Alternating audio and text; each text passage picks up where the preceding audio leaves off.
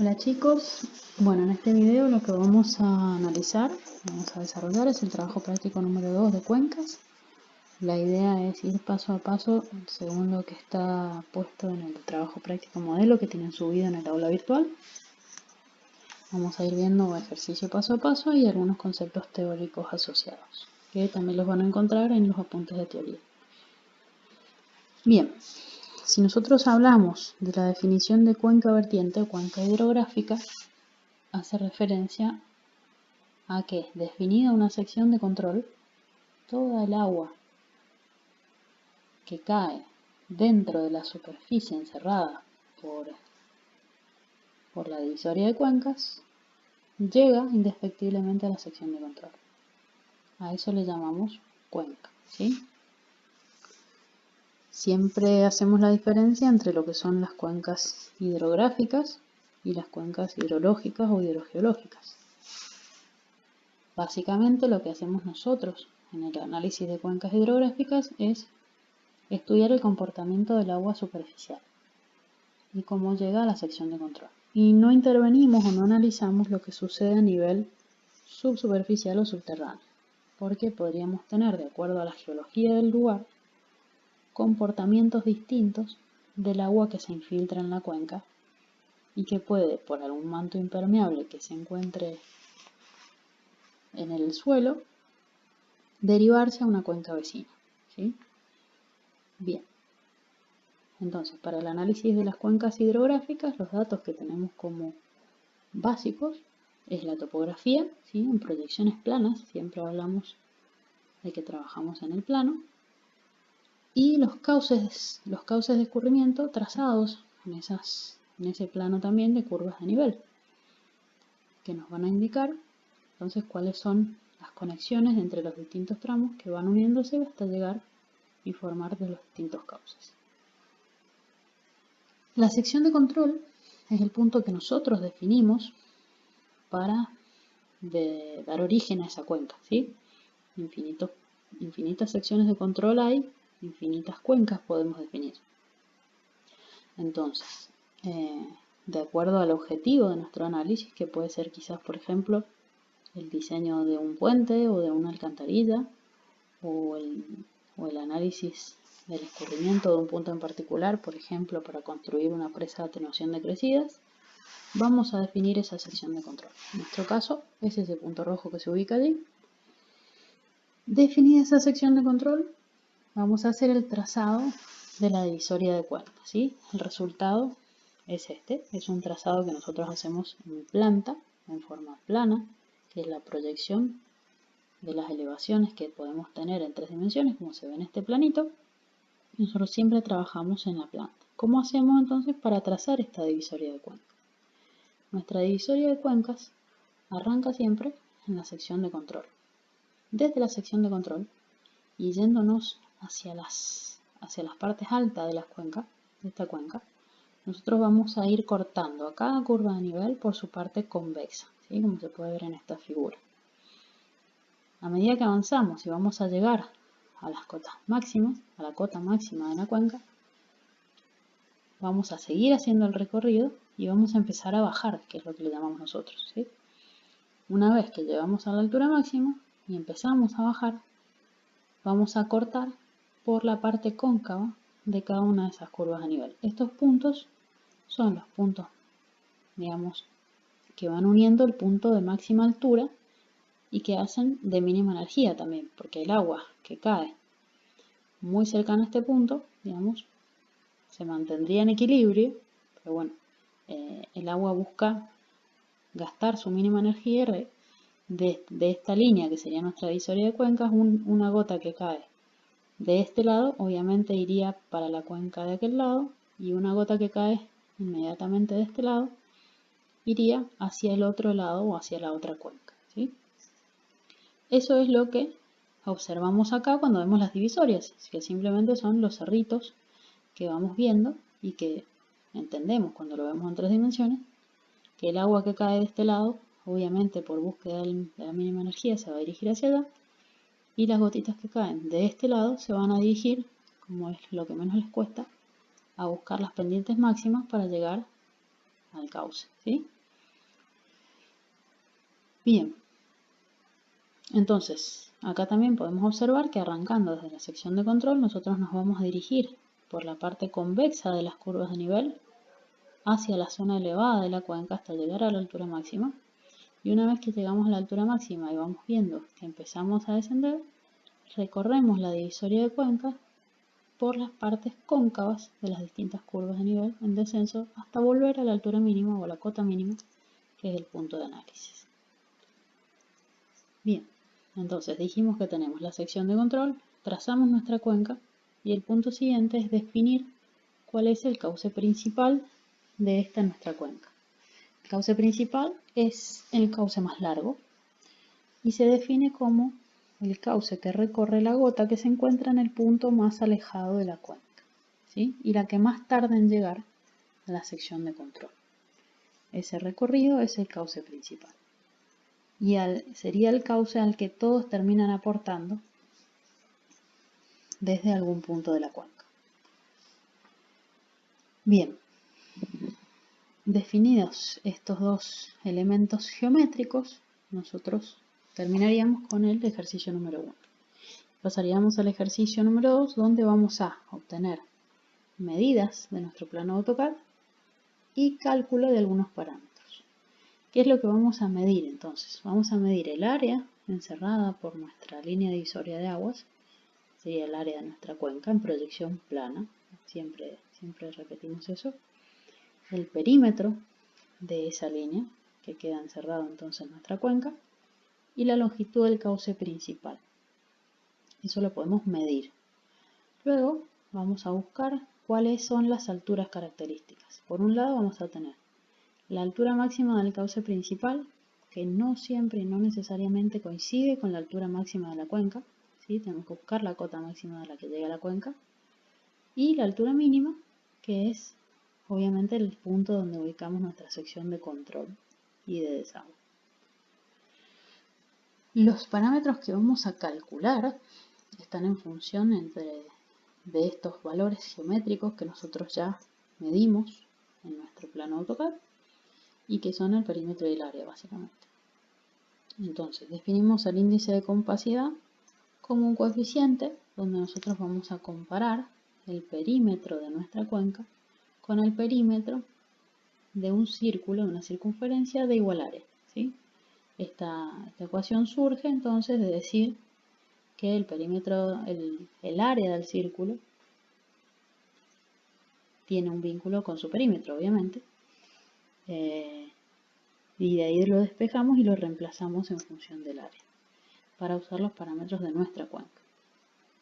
Bien, para tener idea de los valores y de qué significa y qué utilidad le damos nosotros a este índice de compacidad, lo que podemos decir es que para una cuenca de forma circular, una cuenca en forma de circunferencia, el índice de compacidad es 1, ¿sí? Que sería el mínimo que podríamos llegar a tener. Ahora, ¿qué pasa cuando las cuencas se hacen más alargadas?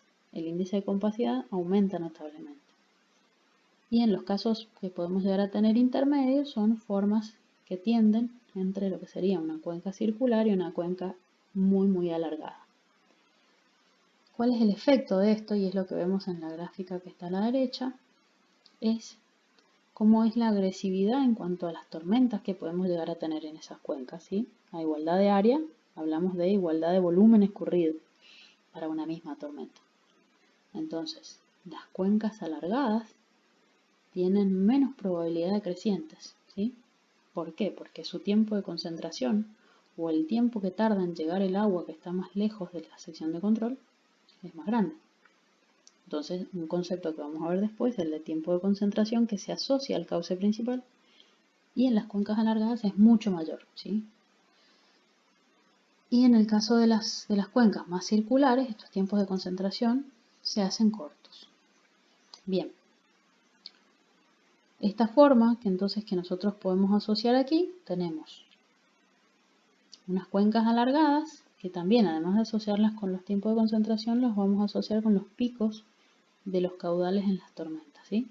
Vamos a tener que para cuencas alargadas los picos de caudal para una misma tormenta son mucho menores que cuando hablamos de cuencas de forma circular o forma de pera, como algunas son las que generalmente asociamos, ¿sí?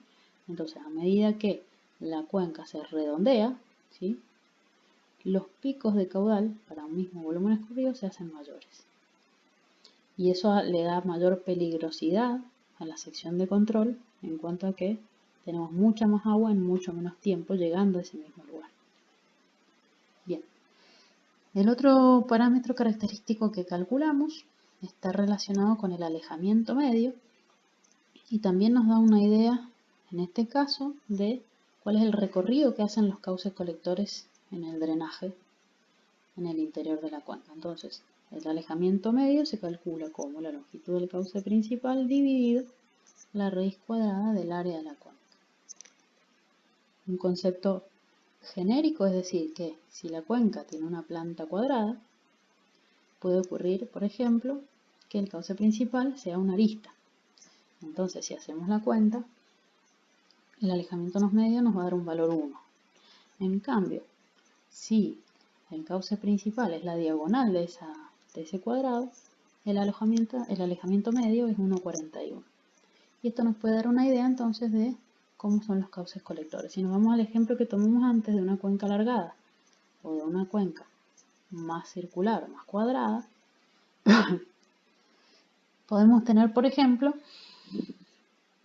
o podemos entender que, ya que estas dos formas tienen la misma área, o sea que la raíz cuadrada del área va a ser la misma, vamos a tener un valor de alejamiento medio mayor para el caso de las cuencas alargadas que para las cuencas que son más circulares, ¿sí?, o más cuadradas. Un ejemplo numérico que podríamos tener es que sabemos a lo mejor que el cauce principal de esta cuenca es el doble que el de la cuenca número 2. Por lo tanto, si a este le damos un valor 1 y a este le damos un valor 0,5, considerando que el área es la misma, ¿sí?, vamos a tener obviamente valores alejamiento medio de esa relación. Y también nos da una idea entonces de que los recorridos en este caso son mucho más cortos hasta llegar al cauce principal, que en este caso que podemos tener recorridos más largos, ¿sí?, que en el caso de la cuenca alargada. Bien, ahora lo que vamos a pasar a analizar, y ya es un concepto asociado al cauce principal propiamente dicho, es la pendiente. Nosotros podemos calcular o podemos darle a ese cauce principal dos pendientes.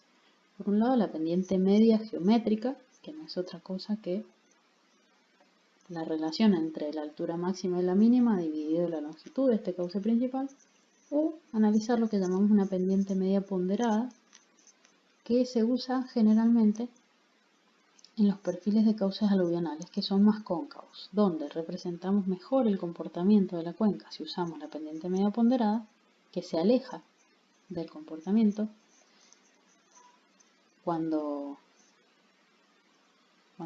ahora cuando lo vemos en el gráfico van a ver la diferencia que puede haber de representar el comportamiento a través de las dos pendientes, ¿sí? Entonces, en este caso, por ejemplo, nosotros tenemos un perfil de cauce principal, que es el que está en color verde, que tiene una forma más cóncava, ¿sí? Y si nosotros trazamos la pendiente media, que es la que se ve acá en línea punteada, podemos observar que realmente no es representativa de la forma que tiene nuestro cauce principal. Entonces, lo que vamos a pasar a calcular es la pendiente media ponderada, que es menor que la pendiente media. ¿Y esto cómo se calcula? Nosotros, para hacer este cálculo, decimos que el área bajo el perfil, ¿sí?, de nuestro cauce principal es el mismo área que está encerrada bajo el perfil de la pendiente media ponderada. O sea, que cuando trazamos nuestra línea de pendiente media ponderada, el área de perfil de cuenca, de perfil de cauce principal que queda por encima, lo que está dibujado en rojo, es igual al área que queda encerrada por encima del perfil de cauce, o por debajo de la línea de pendiente media ponderada, que es lo que está pintado de azul. Por eso también lo asocié con estas dos ecuaciones. El área bajo la línea de pendiente media ponderada se calcula también como el área de un triángulo, altura ponderada menos altura mínima, dividido la longitud de cauce principal sobre 2. Y el área de nuestro perfil o el área bajo nuestra línea de perfil de cauce principal se calcula por porciones, ¿sí?, como la suma de pequeños paralelogramos. El pequeño paralelogramo estaría encerrado por la línea de perfil de cauce principal, por la altura, digamos, inmediatamente posterior o la altura superior, menos la altura mínima, y la altura menor menos la altura mínima, que nos daría un promedio, ¿sí?, que sería la que se encuentra aquí. O sea, base mayor, que sería esto que está por acá, base menor por altura, que sería ese pequeño tramo de cauce principal, sobre 2. Y esta es la ecuación para cada uno de esos pequeños paralelogramos, que sumados, ¿sí?, como está puesto en la ecuación de acá, nos da el área bajo el perfil de cauce principal. Entonces, como estas dos áreas son iguales, ¿sí?, nosotros podemos de ahí extraer y calcular cuál es esta altura ponderada, que es la que nos interesa finalmente para poder calcular la pendiente media ponderada. Entonces, ¿qué es lo que vamos a trabajar acá? Nosotros acá vamos a trabajar con igualar áreas. Primero, por un lado, vamos a despejar de la ecuación de cálculo del área bajo la línea de pendiente media ponderada, vamos a despejar la altura ponderada. Y eso nos da esta ecuación asociada a esta que está acá arriba. Y luego, para calcular la pendiente media ponderada, lo que vamos a hacer es reemplazar la altura ponderada por esa ecuación, y obviamente sabiendo que el área que se encuentra bajo el perfil de la recta de pendiente media ponderada es la misma que el área bajo la curva de perfil, que no es otra cosa que la suma de estas pequeñas porciones de área. Esto lo hacemos a través de una planilla de Excel. Entonces, ¿cómo la armamos esta planilla de Excel? Nosotros vamos a poder calcular en nuestro plano de AutoCAD entre dos curvas a nivel consecutivas qué longitud de cauce principal hay. Eso por un lado, ¿sí? Lo cual nos va a permitir calcular cuál es el área bajo esa curva con la ecuación que ya conocemos, ¿sí?, que es la del paralelogramo. Entonces vamos a ir calculando entre dos curvas consecutivas cuál es el área en la curva, que no tiene nada que ver con el área de la cuenca, porque eso lo vamos a ver después. Esto acá estamos hablando de áreas bajo curva del perfil de cauce principal.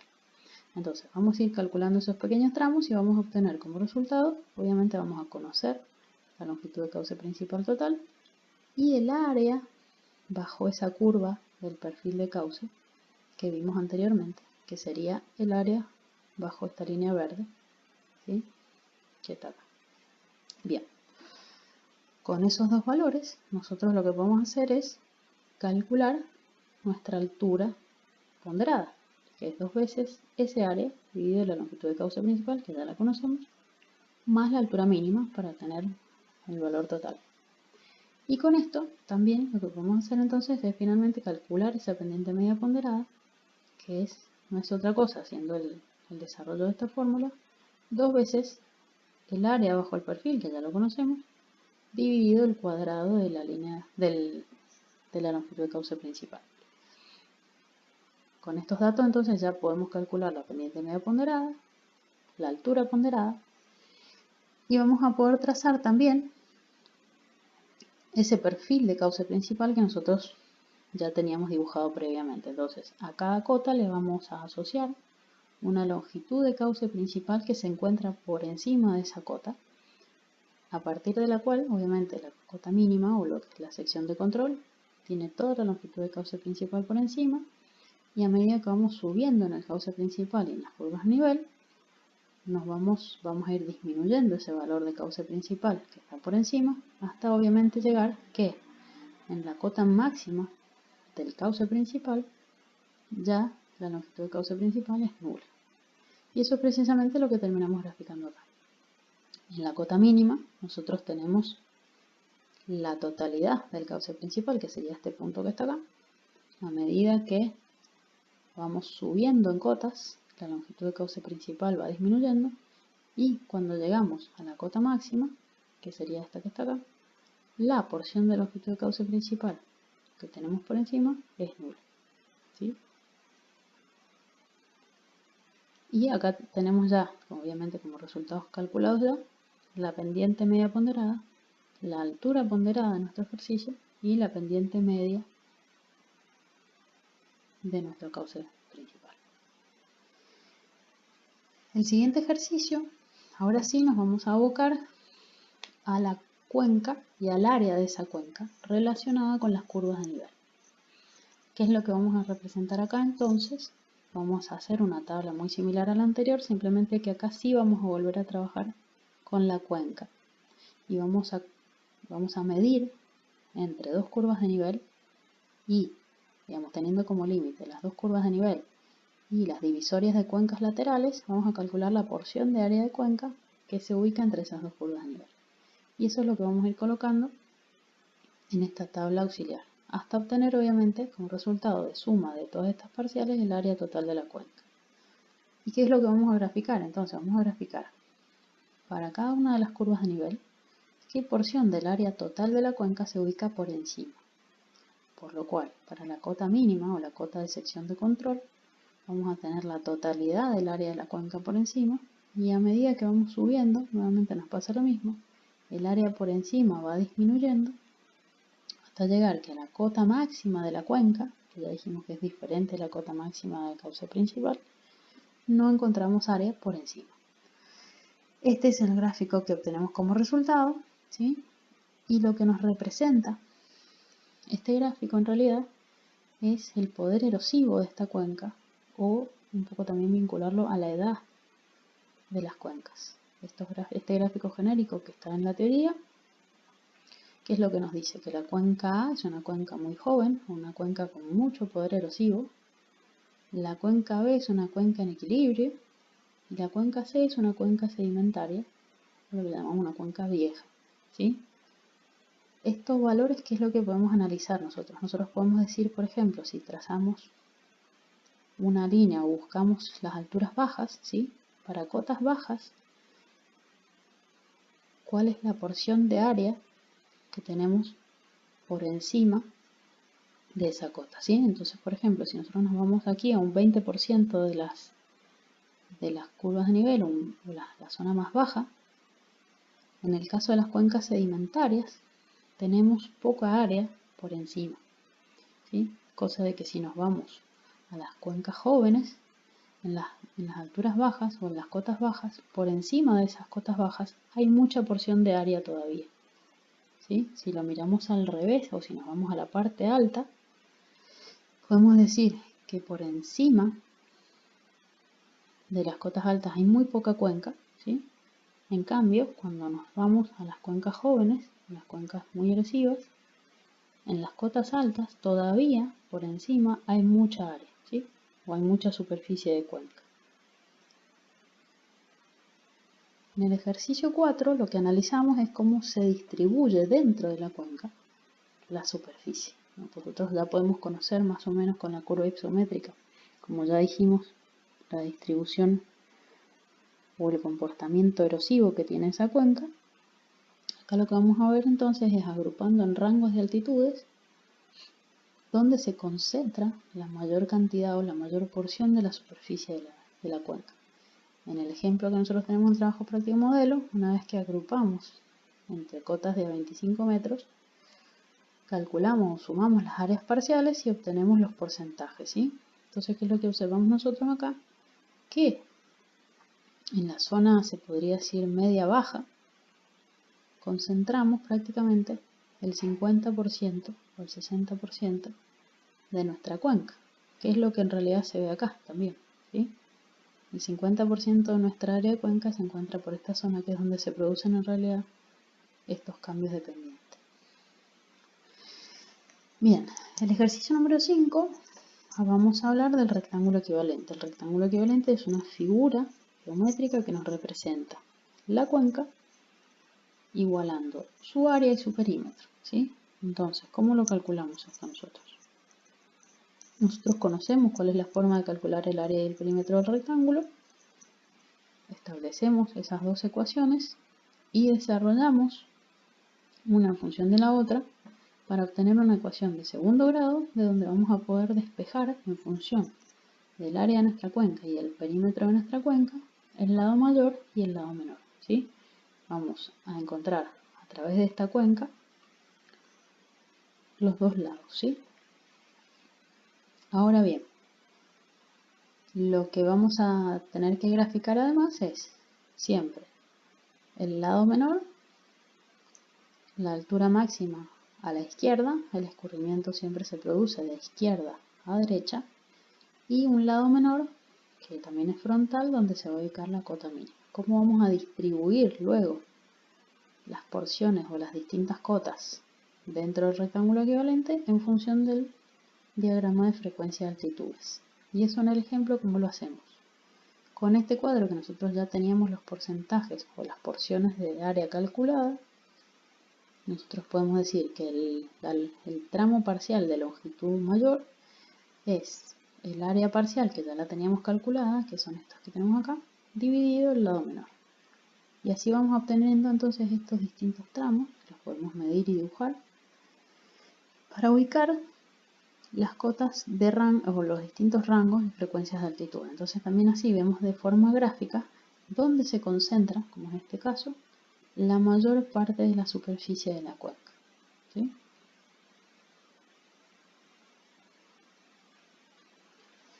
El último ejercicio, ya vamos a estar hablando no tanto de la parte de la cuenca y sus parámetros, sino de la red de drenaje propiamente dicha. Este análisis nos permite ver los cauces y sus distintos órdenes y la ramificación que puede haber dentro de una cuenca, lo cual nos da una idea de la forma de aportar que hay a la sección de control, ¿sí? Entonces, ¿cómo determinamos el orden de esta cuenca según Horton? Horton nos dice que tenemos que arrancar por los cauces iniciales o los que están más alejados, ¿sí? Todos esos cauces van a tener orden 1, ¿sí? El inicio de la red de drenaje está en las partes altas y van a tener orden 1. Cuando se juntan dos cauces de un mismo orden, por ejemplo en este caso dos cauces de orden 1 dan origen a un cauce de orden 2, ¿sí? Luego que se junten en algún lugar dos cauces de orden 2, darán origen a un cauce de orden 3. Cuando se juntan o cuando tenemos un punto de encuentro entre dos cauces de distinto orden, el que continúa hacia aguas abajo es el orden mayor, ¿sí? Sin cambiar de orden. Entonces tenemos aquí el caso de cauce de orden 3, se le suma un cauce de orden 1 que es inicial, sigue con el orden 3 hasta que se junta en algún punto con un cauce de orden 3 para dar origen al orden 4, y en este caso, en el dibujo simplificado, tenemos una cuenca de orden 4. Entonces, lo que también se dice en el análisis de Horton es que hay relaciones entre estos valores, ¿sí? Hay relación en la cantidad de cauces de cada orden, que es lo que le llamamos relación de bifurcación, ¿sí? Hay relación también entre la longitud de los cauces de distinto orden y hay una relación entre el área asociada a los cauces de distinto orden. El ejercicio lo que nos da como dato, en este caso, es que tenemos una cuenca de orden 6 y tenemos la cantidad de cauces de distinto orden, ¿sí? El orden 6, que sería donde se ubica la sección de control, hay un solo cauce. A partir de ahí hay 4 cauces de orden 5, hay 15 cauces de orden 4, hay 58 cauces de orden 3. Lo que nos pide es que calculemos cuántos cauces hay de orden 1 y de orden 2. Esto, como ya se estableció que hay una relación y se comprobó que hay una relación entre los cauces de orden subsiguiente, podemos calcularlos a través de una constante.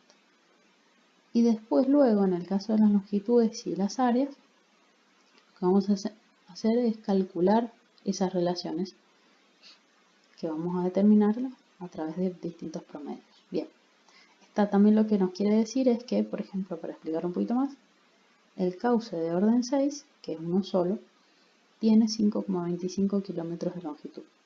En el caso de los cauces de orden 5, hay 4 cauces y en promedio esos 4 cauces tienen 2,63 kilómetros cada uno. Si nos vamos al área, el área asociada al cauce de orden 6, al único cauce de orden 6, o el área de influencia o de escurrimiento propio que tiene, son 92 kilómetros cuadrados.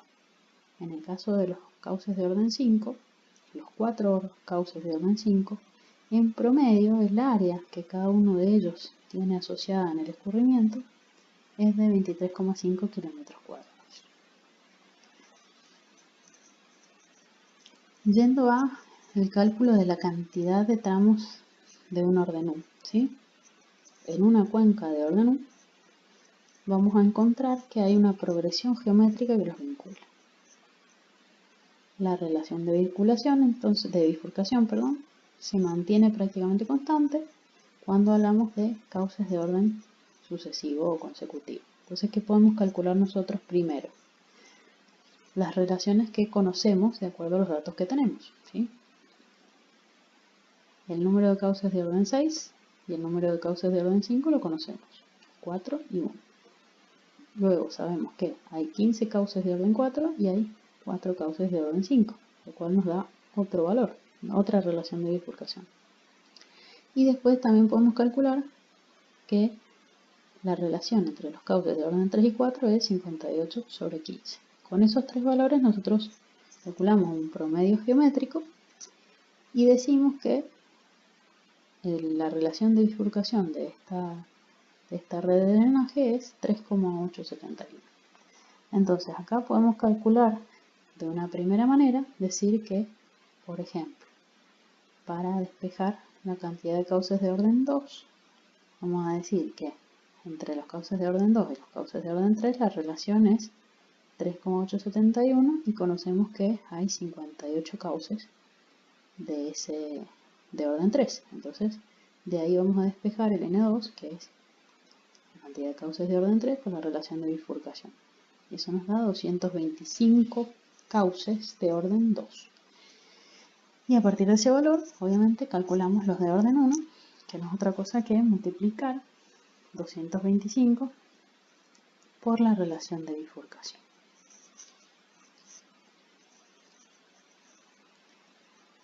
Luego, también hay otra forma de mostrarlo, ¿sí? Nosotros ya hicimos esta primera forma de calcular el orden de la cantidad de cauces, pero también nos dice que la cantidad de cauces de un cierto orden U no es otra cosa que la relación de bifurcación elevado a la potencia que resulta de restar el orden de la cuenca o de la red de drenaje, restarle el orden de cauce que nosotros queremos calcular.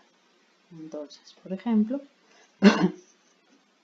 nosotros podemos decir acá, con esta forma de calcularlo, que los cauces de orden 2 no es otra cosa que la relación de bifurcación elevado a 6, que es el orden de la red de drenaje de la cuenca, menos 2.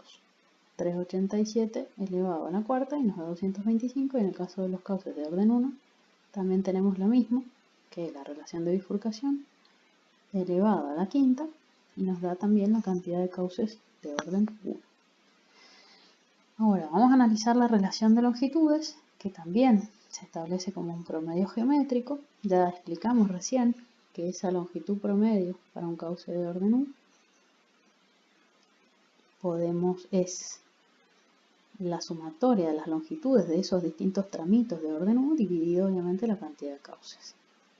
Y la relación de longitudes también lo hacemos entre cauces entre órdenes sucesivos y decimos que, por ejemplo, la longitud de los cauces de orden 6, promedio, dividido el promedio de las longitudes de los cauces de orden 5, nos establece una relación de longitudes. Haciendo lo mismo en cada una de las relaciones de longitud, vamos a obtener estos 5 valores que los vamos a promediar de forma geométrica y vamos a obtener la relación de longitudes.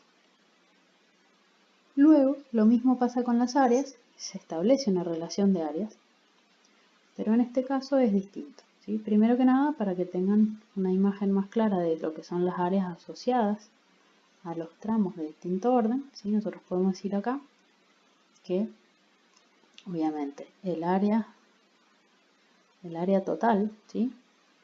de los asociada a los cauces de orden U es la suma de todos estos pequeños tramitos, de todas estas pequeñas porciones de área donde están los cauces de orden U, ¿sí? O de orden 1, en este caso lo mismo 1, 2 y 3. Y el promedio o el área media de los cauces asociada a los cauces de orden 1 es otra cosa que esa suma de esas pequeñas porciones de área dividido la cantidad de cauces de ese orden que tengamos. Y también decimos que es una constante la relación entre el área promedio del orden de los cauces de un determinado orden dividido el área promedio de los cauces del orden anterior. Y eso es lo que calculamos en esta parte de acá, donde hacemos la relación entre el área del cauce de orden 6 dividido el área del cauce de orden 5, que nos da este valor. Así lo vamos haciendo sucesivamente hasta llegar a la última, al área de los cauces de orden 2 dividido el área media de los cauces de orden 1. ¿Sí? Con estos 5 valores nosotros también vamos a hacer un promedio, pero en este caso Horton propone un promedio aritmético. Y esta es la relación de áreas que encontramos para la red de drenaje de la cuenca que nosotros estamos analizando. Eso es todo por lo que se refiere al trabajo práctico modelo. Bien, ahora lo que vamos a ver en este siguiente video es un poco explicarles la zona que hemos propuesto para que ustedes desarrollen el trabajo práctico guía y que practiquen los conceptos asociados al análisis de las cuencas. El ejercicio que le proponemos es de una zona que está ubicada en el Valle de Uco, más precisamente en lo que denominamos el arroyo Las Tunas. Lo que se ve en azul en esta imagen es la red de drenaje, ¿sí? De esa zona que está muy cercana o al oeste de la zona de Tupungato. Podemos identificar algunos puntos importantes, como es por ejemplo el arroyo Santa Clara, el arroyo de Las Tunas, que están ubicados en esta zona. Esta parte se unifica en lo que denominamos el arroyo de Las Tunas, que es esta línea azul que está por aquí. El arroyo de Las Tunas llega a la zona del dique Las Tunas, que está ubicado por esta zona de acá, y a esto se le suma la cuenca de aporte del arroyo de un oído muerto, que le llamamos, y que también se juntan y aguas abajo conforman el arroyo de Las Tunas a la altura de la ruta 89, que ese sí lo han visto seguramente quienes hayan ido para la zona del Valle de Uco. Bien. Lo que les quería mostrar acá para que tengan también luego algunas imágenes más claras cuando vean las unidades siguientes. En estos dos puntos, que es el arroyo Santa Clara, les mostré recién su ubicación, y el arroyo de Las Tunas, se han construido secciones de aforo. Hay secciones de aforo en el cauce natural con todas las características que van a ver en la unidad de aforo, donde obviamente estas están construidas en hormigón sobre el cauce, que le da estabilidad a la sección. Tienen todos los implementos de medición y de transmisión remota. Y continúan aguas abajo hasta donde se juntan. Esta imagen que van acá es el dique derivador Las Tunas, que está ubicado también sobre el cauce natural. El propósito de estas estructuras es elevar el pelo de agua, mantener el pelo de agua en un cierto nivel para poder derivar y para poder canalizarlo luego de que sea acondicionado a través de desripiadores o desarenadores. Lo que sucede en estas estructuras es que estas estructuras no embalsan agua, simplemente la retienen y la derivan hacia un canal, que es este canal que está acá, que es el inicio de lo que nosotros le llamamos el canal Las Tunas, que se utiliza para riego. Y estas últimas imágenes es si ustedes ya van por la ruta 89 en este punto que se ubica en estas coordenadas, van a ver dos brazos del río Las Tunas,